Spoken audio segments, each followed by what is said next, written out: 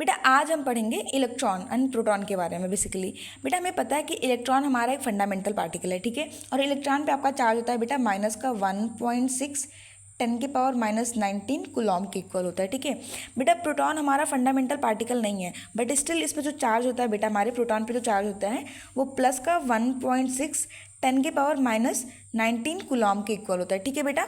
हमारा प्रोटॉन जो है बेटा वो 2 अप 1 डाउन क्वार्क से मिलकर बना है, ठीक है बेटा। जो हमारा क्वार्क है, बेसिकली क्वार्क हमारा पार्टिकल है जिसपे चार्ज जो होता है बेटा E/3 के इक्वल होता है। अगर हम अप क्वार्क की बात करें बेटा तो उसका जो चार्ज होता है 2E/3 होता है। डाउन क्वार्क की बात करें तो उस पर जो चार्ज होता है बेटा माइनस का E/3 होता है, ठीक है।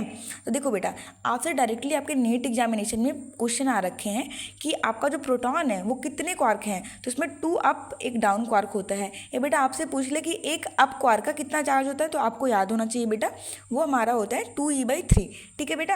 अगर हम प्रोटॉन की चार्ज निकालने की बात करें बेटा कि हमें कैसे पता चला कि आपका इलेक्ट्रॉन के इक्वल ही चार्ज आ रहा है लेकिन प्लस में आ रहा है, तो बेटा देखो आपके प्रोटॉन में बेसिकली 2 अप 1 डाउन क्वार्क है, 2 अप प्लस 1 डाउन क्वार्क है बेटा आपका। हमें पता है कि अप क्वार्क की वैल्यू होती है बेटा 2E/3। देखो तो 2 × 2E/3 प्लस 1 डाउन क्वार्क कितना है बेटा वैल्यू -E/3, तो -E/3 हमने कर लिया। बेसिकली इनको मल्टीप्लाई तो हो जाएगा बेटा आपका 4E/3, ये आपका हो जाएगा बेटा माइनस का E/3, ठीक है। यहाँ इनका बेस चूँकि सेम है बेटा, इनका डिनोमिनेटर सेम है, तो बेसिकली क्या करेंगे ऊपर वाले टर्म को हम ऐड कर लेंगे, तो आपका हो जाएगा 4E प्लस माइनस का E, ठीक है।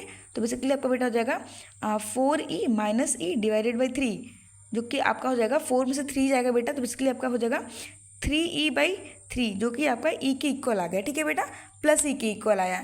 तो हमें पता चला बेटा कि हमारा प्रोटॉन है उस पर जो चार्ज होता है एक्चुअली इलेक्ट्रॉन के इक्वल होता है लेकिन प्लस साइन में होता है, ठीक है बेटा।